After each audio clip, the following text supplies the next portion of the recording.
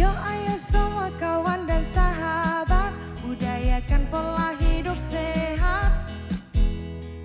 Gerakan masyarakat hidup sehat, badan segar bugar juga kuat.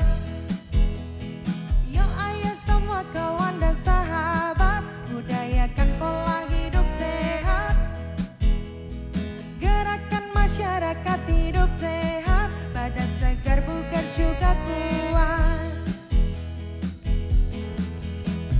Rutin olahraga dan aktivitas fisik 30 menit sehari.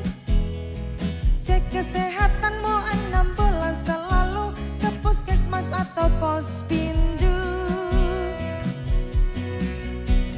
Jauhi rokok, alkohol serta narkoba, karena itu sungguh berbahaya. Kendalikan stres dan berpikirlah positif, jadi generasi kreatif. Makanlah makanan dengan gizi seimbang, jaga kebersihan lingkungan. Hidup sehat mulai dari diri kita, mulai saat ini juga.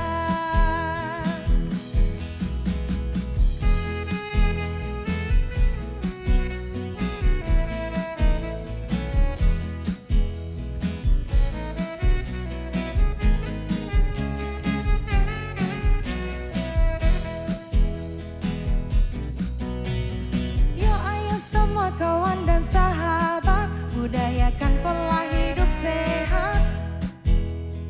Gerakan masyarakat hidup sehat, badan segar bugar juga kuat. Yuk ayo semua kawan dan sahabat, budayakan pola hidup sehat. Gerakan masyarakat hidup sehat, badan segar juga bugar kuat. Rutin olahraga dan aktivitas fisik 30 menit sehari. Cek kesehatanmu 6 bulan selalu ke puskesmas atau posbindu. Jauhi rokok, alkohol serta narkoba, karena itu sungguh berbahaya. Kendalikan stres dan berpikirlah positif, jadi generasi kreatif. Makanlah makanan dengan gizi seimbang, jaga kebersihan lingkungan. Hidup sehat mulai dari diri kita, mulai saat ini juga. Hidup sehat mulai dari diri kita, mulai saat ini juga. Ya, Assalamualaikum warahmatullahi wabarakatuh. Salam sehat untuk kita semua. Apa kabar pemirsa TVRI Yogyakarta? Mudah-mudahan kondisi Anda juga sama seperti yang baru saja dinyanyikan oleh teman-teman Nala Suara Band ya. Ini lagu apa sih? Bentar lagi booming nih lagu, bentar lagi viral ini lagu. Inilah jingle Germas, Gerakan Masyarakat Hidup Sehat. Ya, jadi tadi sudah ngajakin ya, ayo sahabat, ayo budayakan pola hidup sehat gitu. Jangan lupa cek kesehatan, sudah ada posyandu, sudah ada posbindu, sudah ada puskesmas gitu ya.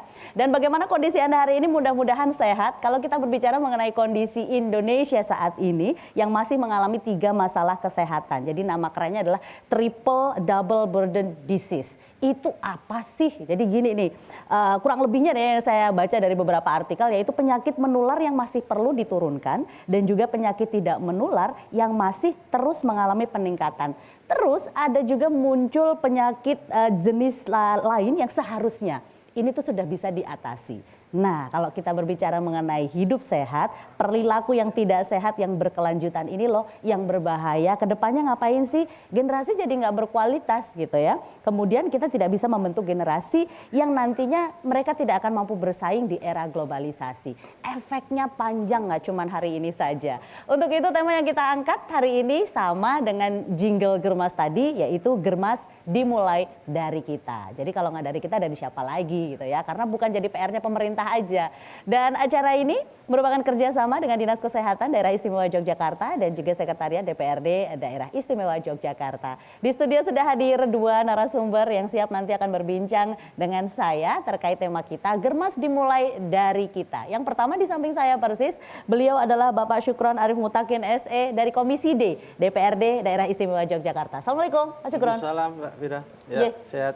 Sehat, alhamdulillah. Tapi harus spesifik nih Pak. Jiwa raga. Jiwa raga sehat. Insya Allah semuanya sehat hari ini. Semuanya harus sehat. Iya, terima kasih sudah bergabung bersama dengan kami. Mbak. Ya, nanti Pak Syukron akan menjelaskan lebih lanjut nih. Kira-kira sejauh ini Germas sudah jalan gitu ya.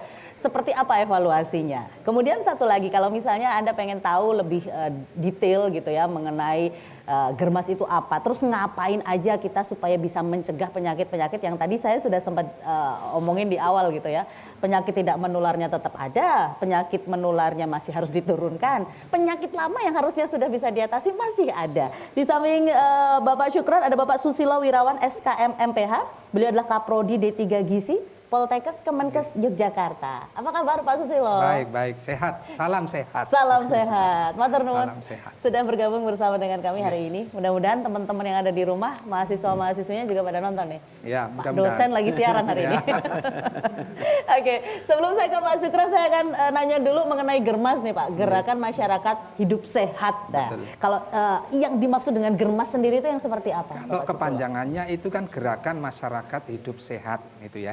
Kenapa muncul program ini? Sebenarnya diinisiasi dari awal tahun 2015 ini pada saat awal pemerintahan Presiden kita Jokowi, bahwa ternyata ada tren perubahan penyakit, pola perubahan penyakit. Ya, dari yang semula itu banyak penyakit menular, jadi di tahun 1990-an itu sebagian besar didominasi oleh penyakit yang menular.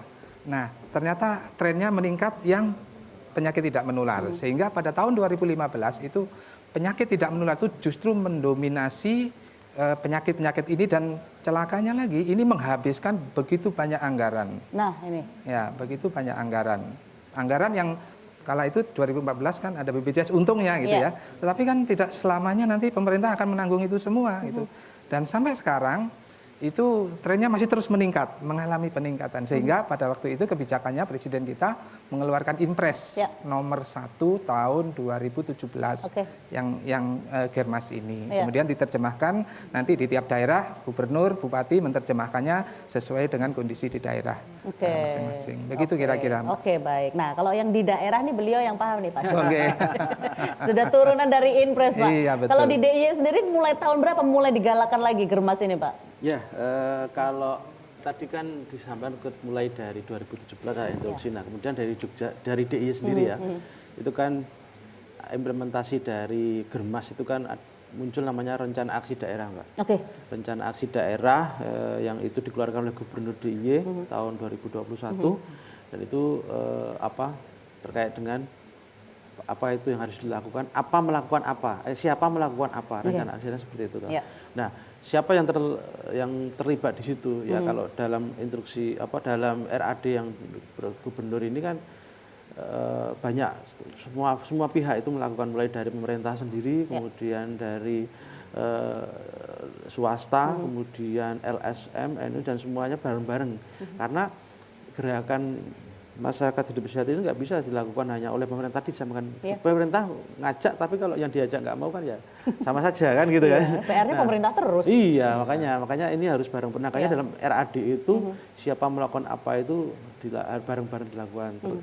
Termasuk dalamnya ada masyarakat itu sendiri. Tadi benar tadi dalam jinglenya tadi gerakan hidup sehat itu mulai dari diri kita. Gitu. Jadi ini sudah mulai dari 2021 gitu. Oke, yang di DIY ya, turunan dari Impres tadi. Iya, betul. Baik. Nah, sejauh ini karena fungsinya dari DPRD kan satu, selain dari regulasi penganggaran, beneran bengkak penganggarannya gara-gara tadi yang disampaikan Pak Susilo. Iya, kalau dari sisi anggaran memang postur APBD DIY sendiri kan kita selalu memenuhi apa yang menjadi mandatory spending kesehatan itu ya 10%. Jadi dari saya masuk di DPRD DIY ini kan selalu ketika melihat postur anggaran itu yang paling mandatory spending yang harus dipenuhi itu kita cukupi dulu, termasuk di kesehatan 10%. Hanya memang kemudian 10% itu kan tidak hanya kemudian yang untuk germas doang kan gitu. Ada yang untuk gaji, kemudian ada untuk kegiatan lain yang itu sebenarnya kalau itu dilaksanakan sih sebenarnya tujuannya untuk mendukung gerakan-gerakan itu. Karena gerakan ini kan tidak hanya bisa dilakukan dari parsial satu tematik atau kemudian enggak, ini harus komprehensif di semua lini gitu kan. Dari mulai pencegahannya sampai kemudian endingnya nanti seperti apa. Tapi saya lebih setuju kalau pencegahannya ini lebih digerakkan ya. Karena itu nanti kedepannya kan juga akan jadi lebih baik. Tapi jawabannya nanti dulu Pak, saya mau ke Pak Susilo lagi. Pak Susilo, kalau tadi sudah disampaikan bagaimana germas itu, kemudian ada dasar hukumnya awalnya di Impres nomor 1 tahun 2017. Kemudian jenis-jenis kegiatan ini dalam upaya melaksanakan program germas itu yang seperti apa saja tuh Pak? Sebenarnya kalau mau diringkas gitu, sebenarnya ada 7 langkah ya. Tapi kalau diringkas yang tadi disampaikan, ada hal-hal kecil yang sudah kita mulai seperti temanya ya, dimulai dari kita, dimulai dari sekarang itu. Ada hal-hal kecil yang sudah mulai kita lakukan. Karena kalau dibilang misalnya ini program yang sangat besar yang khusus gitu, saya kira enggak ya. Ini sebenarnya bisa kita lakukan sehari-hari dan selama ini kita juga sudah lakukan. Hanya serius apa enggak, terasa apa enggak. Salah satunya adalah aktivitas fisik tadi seperti yang lagu yang dinyanyikan tadi kan 30 menit saja aktivitas kita untuk aktivitas fisik rutin sehari itu sudah cukup gitu. Karena sekarang ini kan trennya untuk kehidupan modern ya, kekinian itu kan istilahnya sedentary lifestyle ya. Artinya kehidupan gaya hidup yang serba mudah, gaya hidup yang hanya sedikit bergerak tapi konsumsinya banyak gitu ya. Yang bergerak jempol Pak sekarang. Semua aktivitasnya mau nonton, mau pesen apapun, pesen makanan, pesen apa pakai HP semua. Nah, itu aktivitas menjadi sangat berkurang, jauh seperti sebelum tahun-tahun saat teknologi sudah merambah yang seperti saat ini. Itu hal-hal yang kecil. Kemudian kalau yang untuk makan ya, kalau kami kebetulan saya dari gizi, makan buah dan sayur. Apa sih hebatnya makan buah dan sayur itu? Kan sederhana sekali ya, hanya makan buah dan sayur. Tapi kita lihat bahwa menurut 2018 Riskesdas ya, hasil Riskesdas bahwa rata-rata konsumsi orang Indonesia itu kurang, ya, lebih dari 50% kurang. Seberapa sih sebenarnya konsumsi sayur dan buah itu di atas, di bawah rata-rata nasional, itu kita rata-rata masih sangat rendah itu. 95% itu yang tidak mengkonsumsi secara cukup. Betul, yang tidak mengkonsumsi itu hampir semua dong Pak Hampir Susilo. semua gitu. Jadi kadang-kadang kita sudah mengkonsumsi sayur, tapi seberapa banyak gitu. Kan kita biasanya kalau makanan ya, namanya orang Indonesia ya, biasanya karbohidratnya jauh lebih banyak gitu. Makan nasi yang banyak biar kenyang. Iya gitu. Belum lagi nanti misalnya mie instan ya, mie instan selama ini kan dianggap sebagai lauk kadang-kadang, bahkan ya ini orang Indonesia asli kalau nggak namanya makan nasi itu namanya tidak makan kan begitu. Berarti ini ada indikasi karbohidrat, lauk karbohidrat. Kemudian kalau tren anak-anak muda saat ini yang kekinian itu kan lebih ke fast food tapi lebih cenderungnya ke junk food. Apa bedanya fast food dan junk food? Kalau fast food itu makanan cepat saji ya, kalau junk food itu makanan sampah. Ya, istilahnya sampah ya, junk food. Itu beda ya Pak? Beda. Karena orang-orang kalau yang makanan namanya cepat sama. ya penyajiannya cepat. Warung Padang juga kalau disajikan 1 menit kita datang sudah dapat kan ya makanan cepat juga kan disebut fast kan, fast cepat. Tapi makanan Padang kan tidak berarti junk food juga. Itu hanya fast food saja. Hanya cepat. Tapi yang dimaksud di sini adalah junk food. Makanan-makanan yang biasanya tinggi kandungan lemak, tinggi kandungan karbohidrat dan sedikit mineral dan vitamin. Makanannya sudah junk food, kemana-mana sudah mulai sedikit bergerak gitu ya. Selesai sudah hidup kita berarti. Tapi sebenarnya dimaksud aktivitas fisik selama 30 menit itu apakah harus olahraga, harus ke gym, harus seperti apa Pak? Bisa kalau misalnya kita ke aktivitas di kantor, kita bisa jalan kaki. Kita jangan melulu hanya mengandalkan teknologi, misalnya kalau ada lift ya, yang nggak usah lah pakai lift gitu. Kenapa harus kita jalan-jalan? Kami di Poltekkes Jogja itu setiap tangga itu ada kalau satu tahapan tangga itu 0,5 kalori berkurang. Oh. Jadi mahasiswa kalau mau naik ke atas ya naik ke atas, kalau 10 tangga berarti minimal 5 kalori Tinggal akan berkurang. dikalikan Iya, gitu ya? Itu Oke, gambarannya seperti itu. oke, Artinya itu hal-hal oke. sederhana sebenarnya. Baik, jadi kalau misalnya di kantor Anda ada 20 lantai ya 10 lantai naik tangga, 10 lantai lift. Iya, Enggak lah. walaupun ada liftnya, 50-50, tapi iya. ya liftnya biar untuk yang tua-tua aja Oh, lah. Oke, baik, nanti akan kita lanjutkan lagi obrolan kita mengenai Germas dimulai dari kita. Tetap bersama kami tentunya dalam ranah publik, kami kembali sesaat lagi.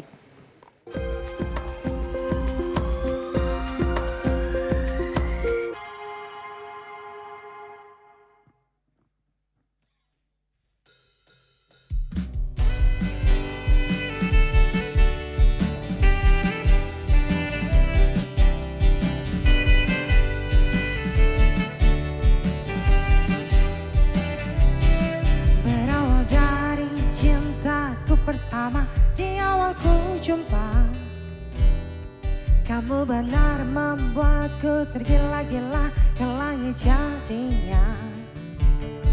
Kau pun kirimkan 1000 puisi cinta tak pernah kuduga. Ku balas kamu dengan senyuman manja, kau hanya tertawa.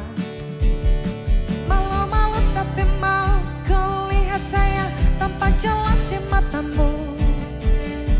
Lama-lama kau mendekat, kulihat sayang nyatakan cinta untukku. Kamu memang yang pertama, cinta menyentuh pipiku dengan manja. Karena kamu yang kurasa cinta mendapatkan segalanya. Kau mulai lagi dengan tiga lakumu, ku tersipu malu. Kau titip salam lewat teman baikku pada detik jantungku. Malu-malu tapi mau kulihat sayang tanpa jelas di matamu. Lama-lama kau mendekat, kulihat sayang nyatakan cinta untukku. Kamu memang yang pertama, cinta menyentuh pipiku dengan manja. Karena kamu yang kurasa cinta lebih dari segalanya. Cinta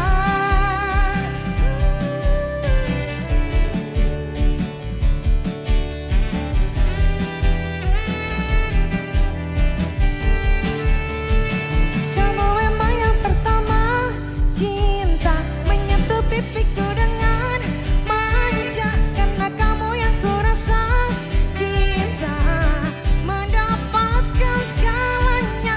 Kamu memang yang pertama, cinta menyentuh pipiku dengan manja. Karena kamu yang kurasa cinta mendapatkan segalanya. Cinta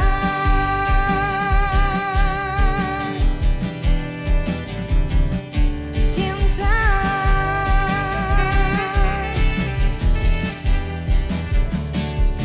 cinta. Oke, kembali lagi dalam ranah publik. Kita masih berbicara mengenai Germas dimulai dari kita. Seperti lagunya tadi, kamu yang pertama. Jadi ayo kamu jadi yang pertama juga untuk memulai gerakan masyarakat untuk hidup sehat ya. Baik, kita kembali lagi dan kita obrolin lagi. Tadi baru ada 7 langkah yang Pak Susilo sampaikan ya mengenai Germas. Yang pertama adalah aktivitas fisik. Yang kedua adalah mengenai Makan buah dan sayur. makan buah dan sayur, yang dimana dari hasil Riskesdas 2018 95,5% ternyata kita sudah makan buah dan sayur, benar ya Pak Betul, ya? Cuman tidak sesuai dengan porsi kita. Iya. Berarti itu setiap usia ada ininya sendiri ya? Iya, ada normal konsumsinya. Kalau di kami namanya DKGA, Daftar Komposisi Bahan Makanan ya. Oke. Sebelum saya lanjutkan lagi nih ke aktivitas fisik dan juga makan buah dan sayur, saya ke Pak Syukron dulu. Melihat implementasi selama ini kan dari 2021 nih Pak. Kalau Pak Syukron melihatnya di DIY seperti apa tuh implementasi Germas Pak? Jadi kalau sesuai dengan peraturan gubernur 103 2021 itu kan banyak, ada 5 hal yang gerakan dalam instruksi gubernur itu ada 5 hal, 5 kegiatan yang itu masuk dalam kegiatan Germas di DIY. Satu itu peningkatan aktivitas fisik dan rohani, itu yang pertama. Yang kedua peningkatan peningkatan edukasi dan perilaku hidup sehat. Kemudian yang ketiga itu penyediaan pangan sehat dan percepatan perbaikan gizi. Kemudian yang D itu peningkatan pencegahan dan deteksi dini penyakit. Dan yang terakhir peningkatan kualitas lingkungan. Nah, ada 5 hal itu yang menjadi konsen ya dari Pergub ini dalam rangka untuk gerakan hidup sehat. Nah, bagaimana implementasinya ya? Dari 5 kegiatan ini kan turunannya banyak sekali, Mbak. Betul. Mulai dari aktivitas fisik dan rohani itu di dalam Pergub itu mengatur bagaimana membudayakan perilaku hidup, menyiapkan kebugaran tubuh misalnya, kayak semacam merutinkan kegiatan aktivitas fisik tadi kayak nggak mager-mager terus gitu kan ya, itu harus senam misalnya. Nah, senam kan ada banyak, apapun yang penting gerak kan gitu kan. Mau gerak di berapa sih 30 menit ya, 30 menit sehari. Itu kelamaan kalau itu mungkin ya. Kalau 10 menit 15 menit kalau itu diniatin sebenarnya juga cukup, tapi kalau bagus itu 30 menit. Tapi kalau kita niat untuk olahraga ya saya kira dengan itu kesungguhan, saya kira kalau ya kan kondisi masing-masing orang berbeda ya. Itu yang pertama. Nah, yang kedua itu selain aktivitas juga rohani gitu kan. Jangan sampai nanti fisiknya sehat tapi rohaninya terganggu, nggak kuat ya. Ini bahaya nih. Nah, makanya harus detail. Itu tadi kalau ngomong rohani kan juga bagian dari untuk mendukung perilaku hidup sehat sendiri. Nanti kalau terganggu repot nanti. Nah, yang kedua itu peningkatan edukasi pada perilaku hidup sehat. Nah, ini kan kegiatannya juga banyak perilakunya ya, mulai dari kita kampanye, kemudian edukasinya, memberikan edukasi ke masyarakat, kita tulisan-tulisan, poster dan yang lain-lain. Kemudian penyediaan pangan sehat dan percepatan perbaikan gizi. Tadi yang disampaikan bagaimana kemudian di dalam Pergub ini mengatur salah satunya adalah kegiatan mengawasi makanan yang ada di lingkungan sekolah pendidikan. Wah, ini bisa jadi peluang nih Pak Syukron. Benar. Saya bisa mau buka catering yang di situ ada tulisannya kalori per hari sekian berdasarkan Pergub nomor sekian, itu bisa ya? Iya, itu bisa peluang usaha. Usaha gitu. Langsung ditangkap gitu kan. Langsung ditangkap. Ya, itu jadi bagaimana, karena gini, perilaku hidup sehat itu kan nggak bisa kemudian hanya dilakukan oleh orang yang sudah lanjut atau sudah tapi itu ada dari anak, karena itu menjadi kebiasaan nanti. Misalnya, kalau makan anak itu bagaimana kandungannya itu, atau mungkin makanan yang dimakan itu tadi ya junk food atau ini kan harus kita lihat benar-benar enggak di lingkungan sekolah itu kadar gizinya tercukupi atau justru sampahnya yang banyak kan gitu kan. Nah, ini harus itu diawasi. Itu salah satu gerakannya. Kemudian percepatan pencegahan dan deteksi penyakit itu juga mulai bagaimana mendeteksi penyakit yang menular maupun yang tidak menular yang itu bisa dicegah gitu kan. Nah, salah satunya itu mulai dari usia-usia dini, dan ini terus digalakkan pada sekolah semua sekolah, karena kuncinya memang di sekolah menurut saya. Karena di masyarakat itu anaknya putra-putranya itu berperilaku hidup mungkin nanti akan menular ke orang tuanya kan. Melanjutkan anak-anak yang sekarang ngajarin orang tuanya. Harusnya karena mereka lebih masih polos kan. Apa yang dilakukan itu pasti ya karena apa yang dididikan di sekolah dia akan berperilaku di rumah, nanti orang tuanya akan ngikut sendiri, wah gak enak anaknya aja berperilaku hidup baik gitu kan. Dan masih mau menegur misalnya ngerokok misalnya. Anaknya ngerokok, Pak Mbok jangan ngerokok. Pasti orang tuanya juga akan minimal menyesuaikan diri lah, nggak ngerokok di dalam lingkungan rumah tangga itu minimal itu. Itu untuk poin yang ketiga ya. Berarti masih ada 2 poin lagi, tapi nanti disambung berikutnya. Saya ke Pak Susilo lagi. Saya selain aktivitas fisik, tadi ada juga di poin diatur gitu di Pergubnya. Yang kedua mengenai buah dan sayur. Yang ketiga apa Pak? Yang ketiga itu merokok tadi ya kebetulan. Yang ketiga itu merokok ya. Sinkron. Jadi Indonesia ini ada salah satu penelitian dari dosen dari Fakultas Ekonomika dan Bisnis UI tahun 2022 bahwa rata-rata konsumsi bukan berarti dimakan ya Pak ya. Konsumsi tembakau penduduk Indonesia, masyarakat Indonesia itu adalah 11%. Itu termasuk 11%. Ya, 11% dari total biaya yang dikeluarkan. Jadi kalau misalnya satu keluarga itu biaya dalam 1 bulannya itu 1 juta, berarti 11% itu ya 110.000 ya untuk membeli rokok. Ya, produk tembakau tidak selalu rokok, ada yang susur, nginang dan sebagainya, tapi produk tembakau. Kalau vape itu vape tidak termasuk. Tidak Tapi masuk. itu apa? Ya mungkin tren kekinian Belum nanti ya. ke depannya ya. Iya. Siapa tahu akan ada Ini yang tembakau, riset katanya. baru gitu. Ya, artinya bahwa dengan mengambil sebagian anggaran dari rumah tangga itu nanti akan ada kos lain yang berkurang kan. Oke. Dan dari penelitian itu juga disebutkan ternyata anggaran untuk belanja makanan bagi keluarga itu juga serta-merta juga berkurang. Harusnya kan itu Bisa lebih buat banyak untuk, nah misalnya anggaplah 20% untuk Iya. belanja makan, Iya. ini karena 11% untuk biaya tembakau, jadinya kan tinggal sisa berapa ini? 9% Iya. untuk anggaran. Yang harusnya Dan bisa beli telur nggak bisa beli telur. Iya betul. Harusnya Jadi beli ini daging. yang menjadi salah satu juga penyebab karena mungkin Presiden kita juga sangat concern terhadap stunting Iya. ini, khususnya bagi masa depan negeri kita ya. Jadi anak-anak ini kan tidak boleh terjadi stunting itu, dan anggarannya itu mungkin di keluarga sendiri ya juga terjadi apa ya ketidakbenaran seperti itu dalam pengelolaan keuangan keluarga. Gitu. Oke, itu rokok ya nomor Rokok, 3. iya, Jadi betul. nyambung dengan yang tadi disampaikan Pak Syukron. Kemudian yang nomor 4 apa? Ada Yang 7. yang berikutnya alkohol ya. Tapi ini mungkin kalau alkohol tidak terlalu banyak ya di Indonesia. Tapi saya ingin menekankan begini. Konsumsi alkohol, kami juga dari gizi, kami kan mengenal sumber zat gizi utama itu hanya 3. Karbohidrat, protein, lemak. Oke. Alkohol termasuk sumber energi enggak? Sebenarnya kalau dikonsumsi iya. Tapi Ya. ini bukan sumber energi yang lazim. Oke. Ya, kalau yang ini, yang 3 ini, sumber energi kalau kita konsumsi ya berarti jadi tenaga, jadi energi, jadi ATP dipakai untuk aktivitas. Tetapi kalau alkohol ini juga kalau dikonsumsi maka bisa di metabolisme menjadi energi juga. Bahkan nilainya cukup besar ya. Kalau lemak itu 9, kalau protein itu 4 kalori dalam 1 gramnya. Kemudian karbohidrat itu 4, alkohol ini 7 dalam setiap gramnya itu 7 kalori dihasilkan. Artinya apa? Orang yang tidak mengkonsumsi makanan yang lain tapi cukup mengkonsumsi alkohol pun sebenarnya bisa punya energi yang besar. Jadi tidak heran biasanya mereka-mereka yang mengkonsumsi alkohol itu punya energi yang besar ya. Diutik sedikit langsung marah itu ya, Oh, euforia. I see. Jadi ini energinya besar sekali. Satu lagi yang kita fenomena di kita mungkin di lingkungan anak-anak muda ini ya, itu ada jenis yang apa istilahnya itu oplosan ya Pak ya. Itu oplosan. Itu Masih marak ya Pak sekarang ya? Cifas, Pak. Iya. Diinflasikan. ini juga celakanya itu bukan konsumsi alkohol yang benar itu.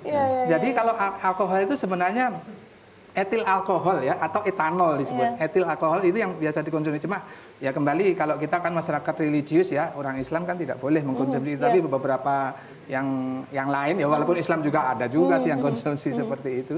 Nah, ini kalau yang etil alkohol itu memang tadi itu di metabolisme jadi 7 dalam 1 gramnya Kalori menjadi ya, 7 kalori. ya. 7 kalori. Tetapi kalau itu yang etil alkohol atau etanol, tapi yang dikonsumsi di masyarakat anak-anak biasanya anak muda itu metil alkohol jenisnya. Metil alkohol atau biasa disebut sebagai metanol. Itu metanol berapa, itu bukan jenis yang bisa di metabolisme jadi energi. Dia itu jenis bahan-bahan untuk pelarut cat, bisa untuk kuku itu ya. Jadi itu bukan makanan tapi dikonsumsi, makanya nggak heran ada yang mengkonsumsi oplosan itu. Jadi over. Iya, 12. itu sama-sama alkohol tapi beda derivatnya. Baik, ini kalau Pak dosen berbicara itu semuanya by data gitu ya. Saya tuh kayak berasa lagi kuliah 3 SKS. Baik, Pak Syukron itu juga ada diatur Pak dari kelima tadi yang Pak Syukron sampaikan. Terakhir kan tadi yang ketiga rokok ya. Tadi rokok yang kemudian dalam tadi makanan memantau peredaran makanan dan yang berbahaya. Nah, ini salah satunya adalah tadi ya, selain di sekolah tadi adalah ini alkohol. Jadi bagaimana memantau peredarannya itu.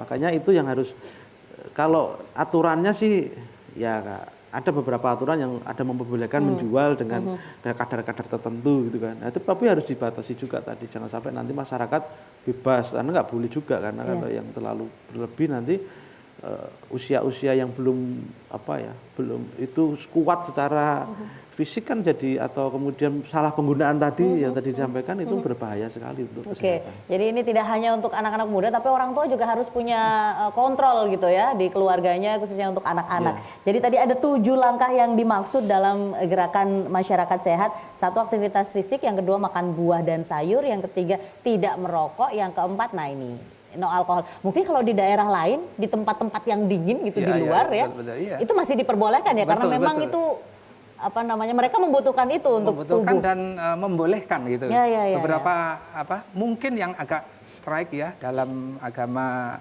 apa yang dilarang itu di Islam itu kan memang sedikit yang banyak itu jadi memabukkan, makanya sedikit pun kan memabukkan. Artinya bahwa mendekati atau mengkonsumsi sedikit pun itu tidak boleh gitu ya. Itu kan sangat strike gitu ya kalau di agama Islam. Tetapi memang di beberapa budaya kita yang lain itu masih membolehkan ya. Anggaplah teman-teman yang di timur, teman-teman kita yang sana itu kan sudah menjadi budaya ya, Pak. Dan itu menjadi budaya dan saya kira kalaupun diatur itu tidak masalah, kembali ke personilnya ya, bahwa itu tidak boleh berlebihan begitu saja. Iya. Oke. Kemudian setelah tidak merokok, alkohol, aktivitas fisik, makan buah dan sayur, selanjutnya apa, Pak? Selanjutnya itu deteksi dini ya. Deteksi dini. Nah, deteksi dini untuk tadi itu mengantisipasi munculnya penyakit-penyakit yang katastrofik ya, penyakit apapun ya. Itu deteksi dini ini salah satu cara pencegahan yang cukup efektif itu dengan berbagai macam deteksinya. Anggaplah misalnya, ini salah satu di antaranya kita yang sudah usia Pak? Berapa 50 tahun sudah ada? Belum. Masih 50 tahun ini. Misalnya biasanya kalau kita itu laki-laki itu lingkar perut misalnya ya. Oh, itu harus diukur tuh? Iya, harus diukur. Itu ada risiko di dalam riskesdas itu. Lingkar perut orang laki-laki, laki-laki itu 90 cm. Ya, Pak Sukron langsung tarik napas. Beliau langsung tahan napas. 90 cm. Nanti saya tanya juga nih, kalau laki-laki harus diukur lingkar perutnya, perempuan juga nggak ya? Iya dong. Tapi setelah yang satu ini ya Pak Maya, nanti akan kita lanjutkan lagi. Pemirsa tetaplah bersama kami akan segera kembali dalam ranah publik setelah jeda berikut.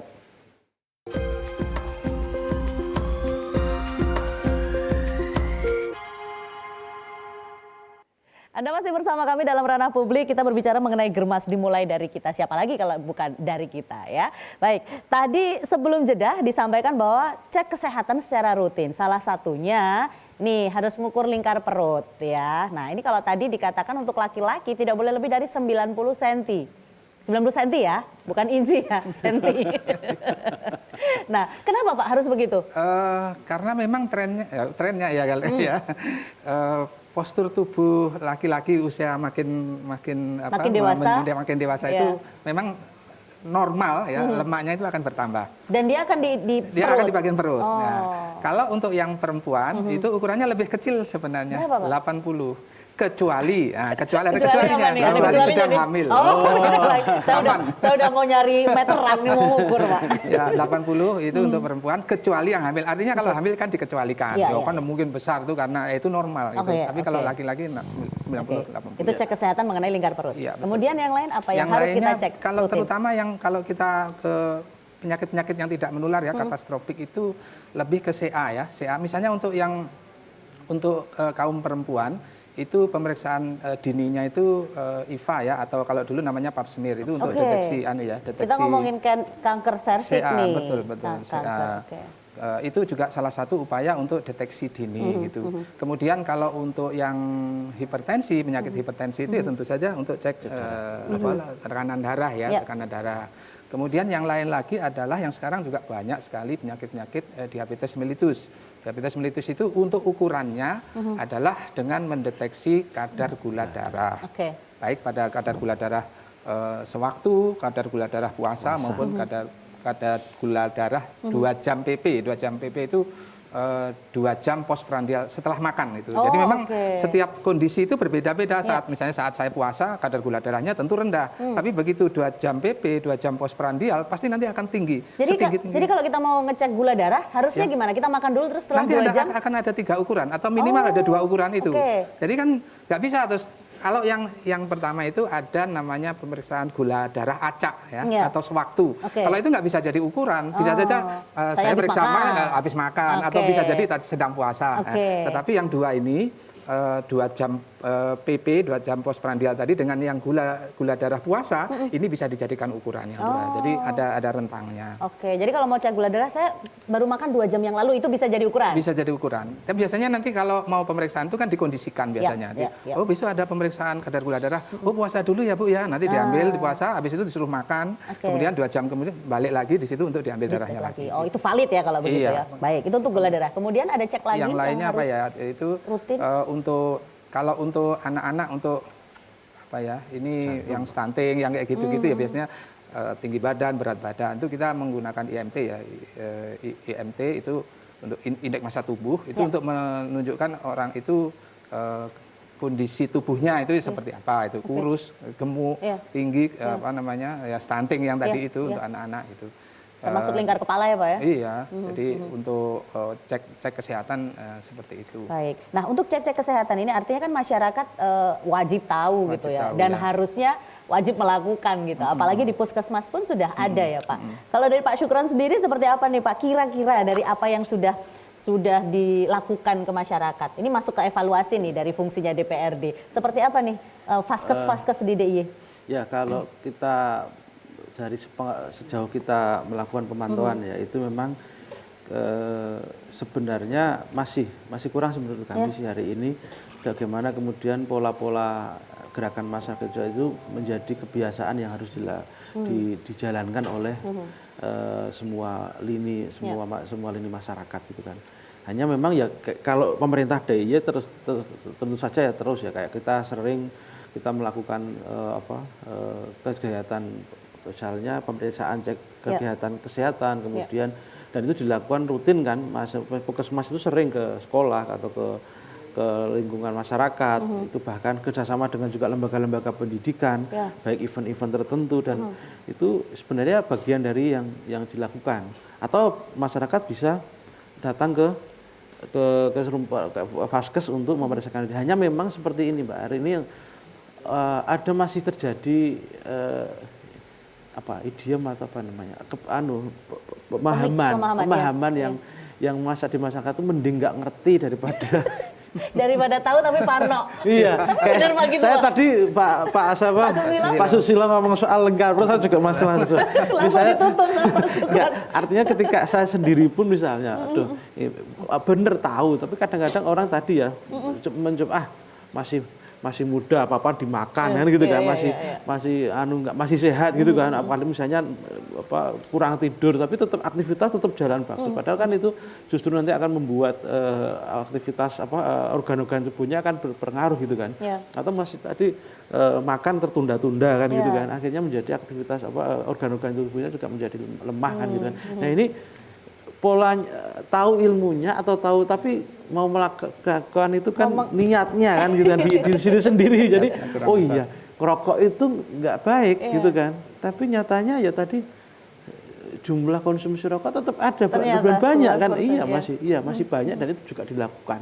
Nah memang ya kembali masyarakatnya kalau gerakan hidup masyarakat sehat kemudian itu meskipun pemerintah daerah hari ini ya, dan kami pun terus memantau kan gitu kan, oh seperti apa, kayak hari ini misalnya Jogja penyakit non menularnya itu tetap tinggi, kita masih tinggi dan kecenderungannya akan kalau nggak diatasi memang ini Jogja menjadi kotanya semakin maju, semakin berkembang, pola aktivitas masyarakatnya anak mudanya itu berubah.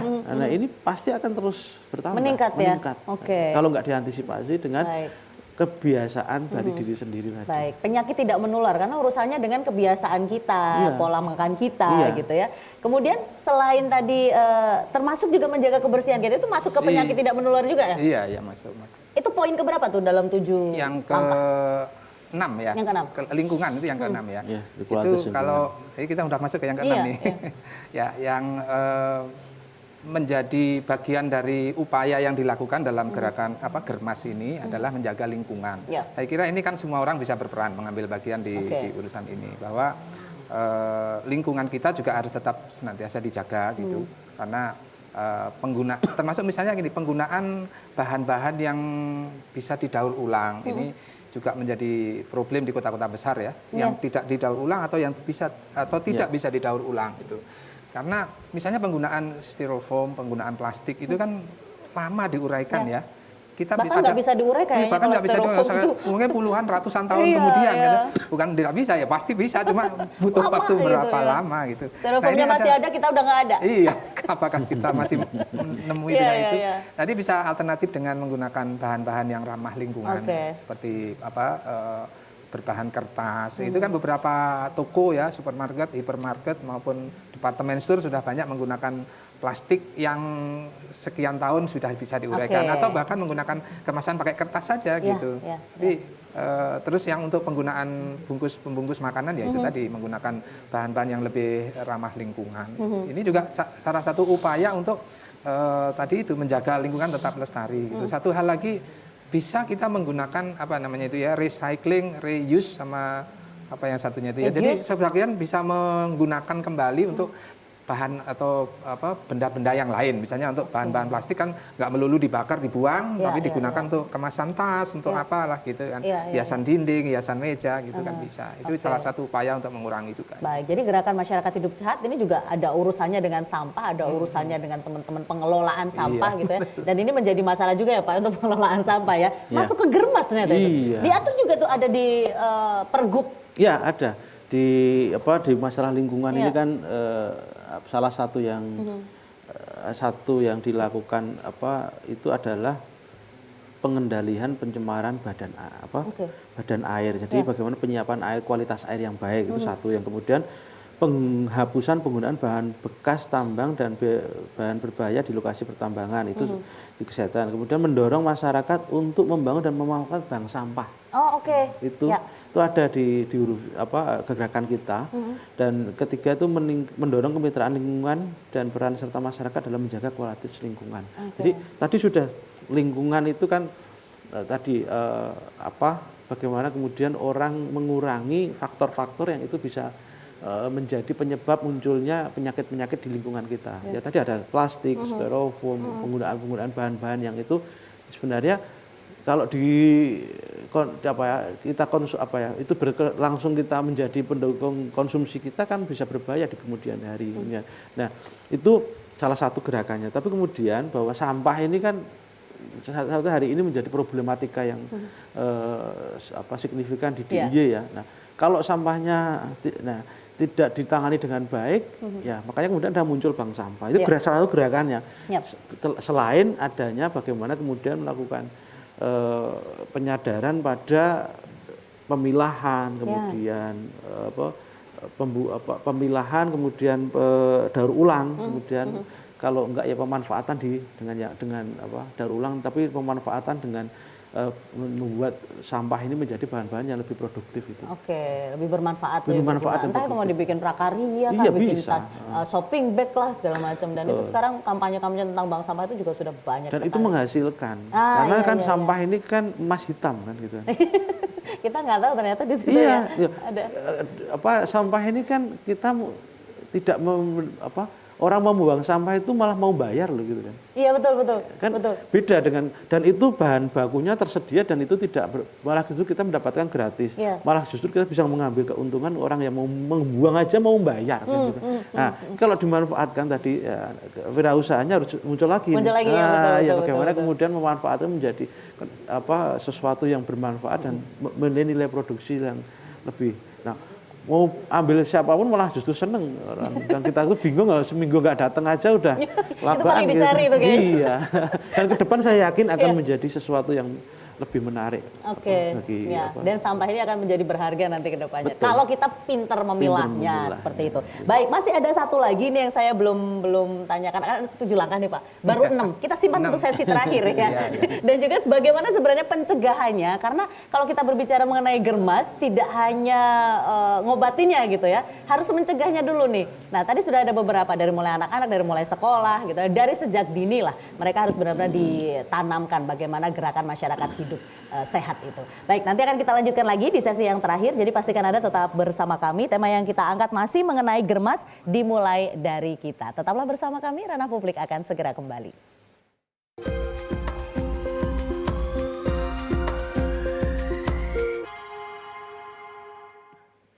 Baik, Anda masih bersama kami dalam Ranah Publik dan kita masih berbicara mengenai germas dimulai dari kita. Nah, masih ada satu, kalau tadi sudah saya rangkum nih ya, aktivitas fisik, makan buah dan sayur, tidak merokok, no alkohol, cek kesehatan secara rutin. Yang terakhir tadi yang kita obrolin adalah mengenai lingkungan. Nah, yang terakhir nih Pak Susilo, 7 langkahnya ini, langkah ke-7 apa? Langkah ke-7 itu penggunaan jamban. Oke. Ya. Penggunaan jamban sebenarnya karena kayaknya remeh-temeh ya soal jamban kok masih kok masih dibahas sih? Iya. Tapi itu menjadi pertanyaan saya loh Pak tadi. Masa iya hari gini gitu Pak? Masih hari gini ya. Betul. Jadi memang ini kan germas ini kan berlaku untuk seluruh masyarakat Indonesia ya. Mungkin kalau di kita Jogja, wilayah Jogja ini kan sudah sadar terhadap buang air besar, buang air kecil gitu. Saya kira mungkin tanda kutip tidak bermasalah ya, relatif tidak bermasalah apabila dibandingkan dengan daerah-daerah lain. Tapi nggak usah jauh-jauh. Kebetulan tahun lalu saya dapat proyek di Gunung Kidul ya, kurang lebih 1,5 bulan. Itu di Gunung Kidul kan juga kita tahu bahwa di daerah Gunung Kidul itu cukup sulit ya mendapatkan air untuk di waktu-waktu tertentu itu.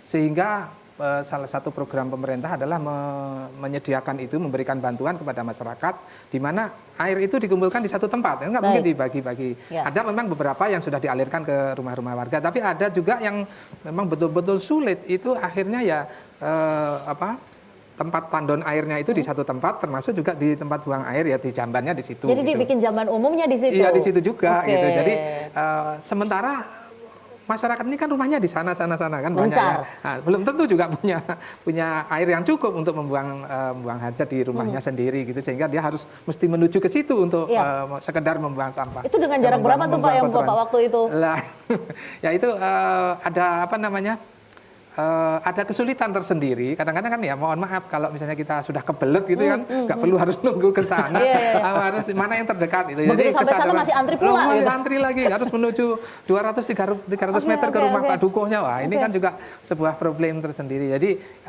tapi ini saya kira hanya kalau di Jogja relatif tidak bermasalah sih sebenarnya, hanya yang tadi. Tapi kalau di tempat lain, di provinsi lain ya saya kira untuk penggunaan jamban ini juga beberapa daerah yang terutama daerah-daerah minus itu masih menjadi masalah ya. Oleh karena itu ini juga di dalam Germas dimasukkan menjadi poin yang ke-7 di mana di situ penyadaran untuk penggunaan jamban itu masih memungkinkan atau masih layak untuk dimasukkan sebagai satu bagian dari 7 yang ditawarkan di Germas ini. Oke, baik. Pak Syukron ternyata itu masih menjadi poin loh di langkah gerakan Germas ya.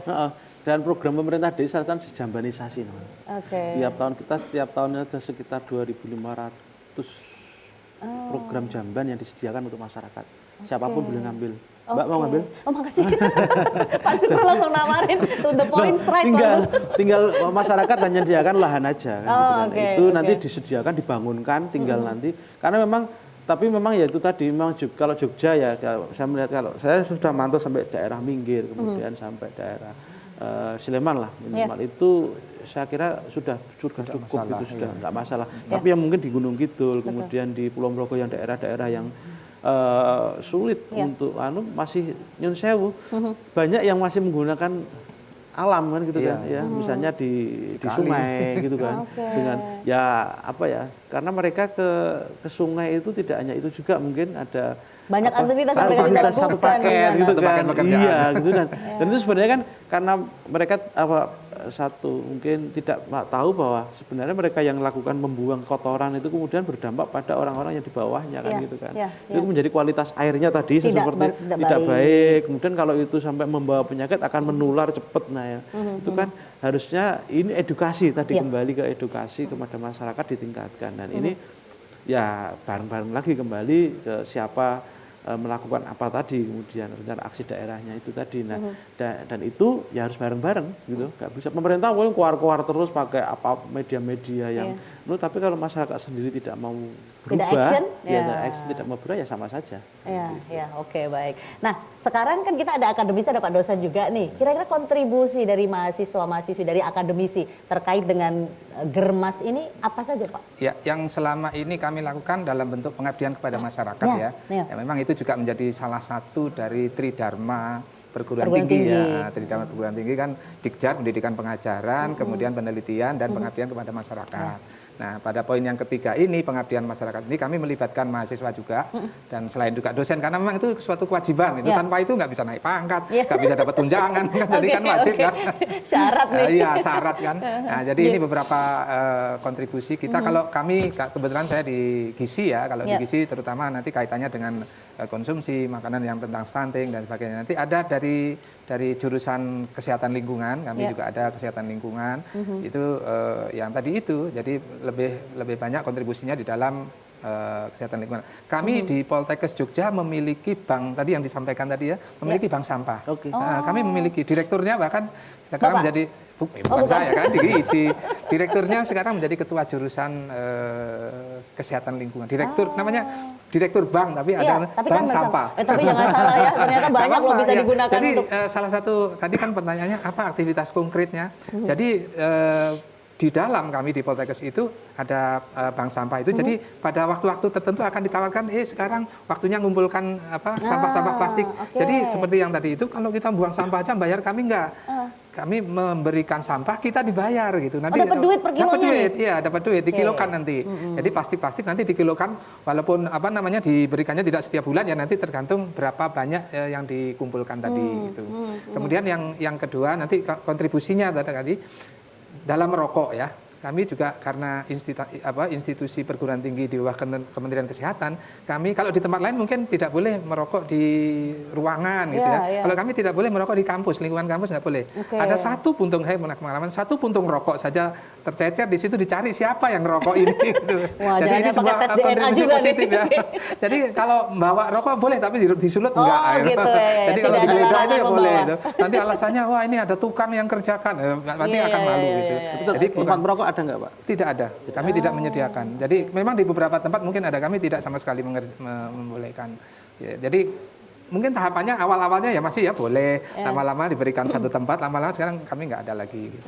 Jadi sudah nggak ada. Ini salah satu bukti bahwa kami juga melakukan sesuatu dari apa yang teori kita pelajari, kemudian kita konkretnya kita lakukan. Diimplementasikan. Betul, istilahnya diaktifasi ke masyarakat gitu ya. Diimplementasikan, betul. Oke, baik. Saya ke Pak Syukran lagi. Bapak, kalau kita berbicara Germas, ini erat kaitannya dengan kita mencegah untuk tadi ada penyakit menular, penyakit tidak menular, penyakit menular yang muncul lagi yang harusnya udah bisa diatasi, seperti apa Pak melihatnya? Ya, jadi memang kuncinya kuncinya untuk Germas sebenarnya pencegahan. Karena kalau pencegahan itu dilakukan, semua masyarakat itu mengetahui tentang bagaimana mencegah penyakit itu dan melaksanakannya, ya saya kira nanti kualitas kesehatannya menjadi aman kan gitu kan, sampai nanti mungkin usia-usia panen penyakit misalnya yang usia-usia 40 ke atas, jangan sampai nanti itu muncul. Ya tetaplah kalau penyakit itu pasti akan muncul karena itu bagian dari sesuatu yang alamiah kan gitu kan. Kalau fungsi-fungsi tubuh kita menjadi menurun, pasti itu akan daya tahannya tubuh menjadi lemah, dan itu potensi untuk muncul penyakit tinggi. Tapi minimal kan tidak di usia-usia dini kan gitu kan. Ada kan banyak kasus itu yang sebenarnya kayak kasus-kasus yang harusnya tidak muncul di usia-usia remaja atau itu muncul karena apa? Itu tadi pola-pola hidup. Nah, dengan gerakan ini tidak bisa dilakukan hanya kemudian kita tahu penyakit itu setelah kita menderita, tapi pencegahan itu. Nah, pencegahan ini dilakukan dengan cara tadi selalu edukasi, gitu kan, edukasi ke masyarakat, memang promotif, bagaimana meningkatkan informasi itu dengan memanfaatkan berbagai macam media yang ada, gitu kan, dan preventif tadi ya, dengan tadi kalau konsumsi ya konsumsi makanan yang baik, kemudian lingkungan yang sehat dan yang lain-lain. Nah, lagi terakhir nanti pada sesuatu kalau sudah terjadi bagaimana tidak meningkat secara penyakit tadi, secara dia menjadi lebih parah. Nah, itu bagaimana itu mencegahnya seperti itu.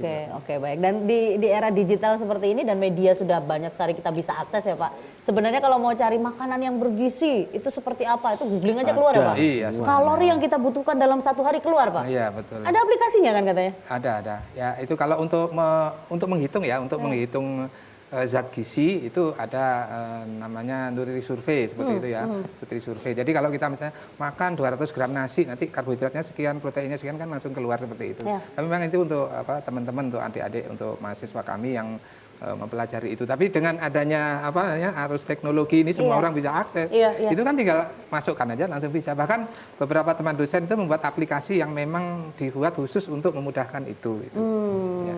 Jadi lebih mudah. Oh ya, satu lagi yang kaitannya dengan kaitannya dengan deteksi ya, deteksi tadi. Kami juga di kampus kami memiliki Pospindu juga. Oh, jadi kami kalau punya Pospindu itu lebih semua bisa masuk ke sana ya. Kalau Posyandu kan anak-anak aja yang tuh. dewasa ya pasti orang yang dewasa.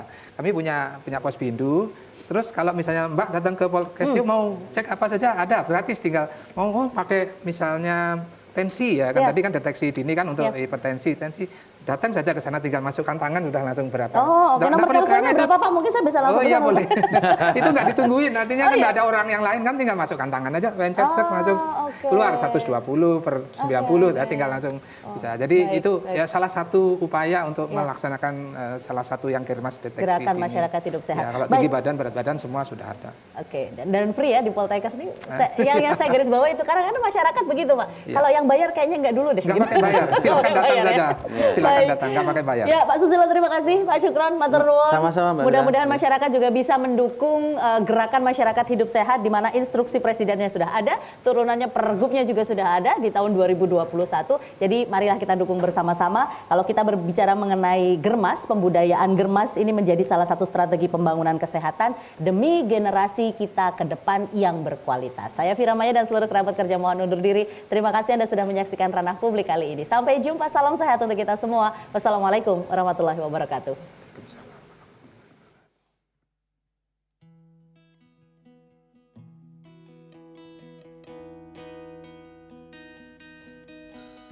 Apa kabar dunia? Apakah harimu masih penuh dengan basa-basi cinta? Dari semua pria, hanya engkau yang membuatku tak mengerti. Ku tak mampu untuk meninggalkanmu. Siang dan malam aku tak kuasa melupakan bayangmu. Meski telah kau lukai hatiku, meski aku harus mendusta nurani. Siang dan malam aku tersenyum, teringatkan olehmu. Mungkinkah ku terjerat cinta buta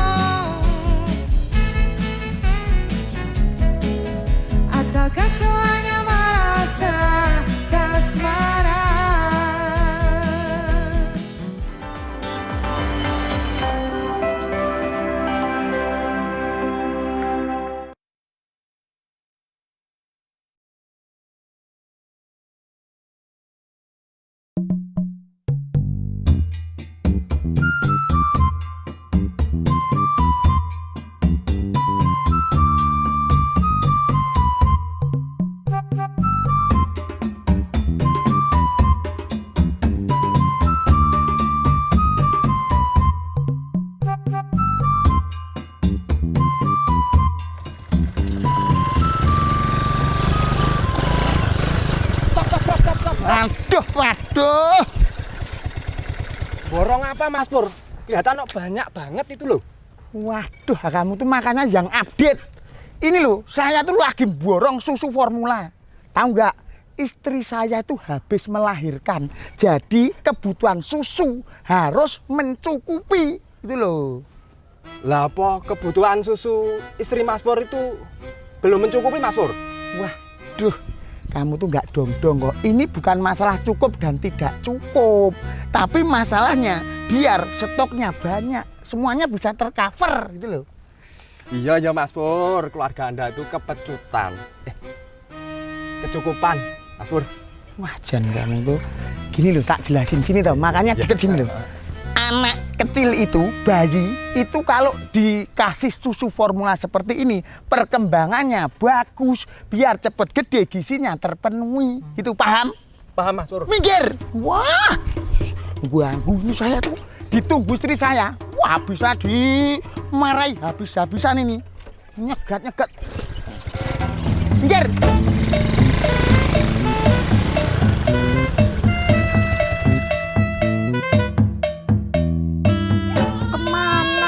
Thomas, dari tadi suruh beli susu ya nggak pulang-pulang. Iki lho anak wes nangis, belum minum. Wah, ngelak. Mesti ditinggal mancing. Awas mengko nek bali. Rasakno. Ih. Begitu nggih Mas Satria, kita harus banyak mengedukasi dan memberikan sosialisasi kepada masyarakat tentang pentingnya ASI eksklusif bagi ibu dan bayi. Nggih, siap Bu Bidan. Iya Bu Bidan. Kemarin itu saya dengar info kalau istrinya Mas Persegi itu baru saja melahirkan Bu Bidan. Oh ya? Kalau begitu mari kita jenguk sekalian melihat kondisi ibu dan bayinya juga. Ayo, sekarang kita ke sana Bu Bidan. Oke, ayo.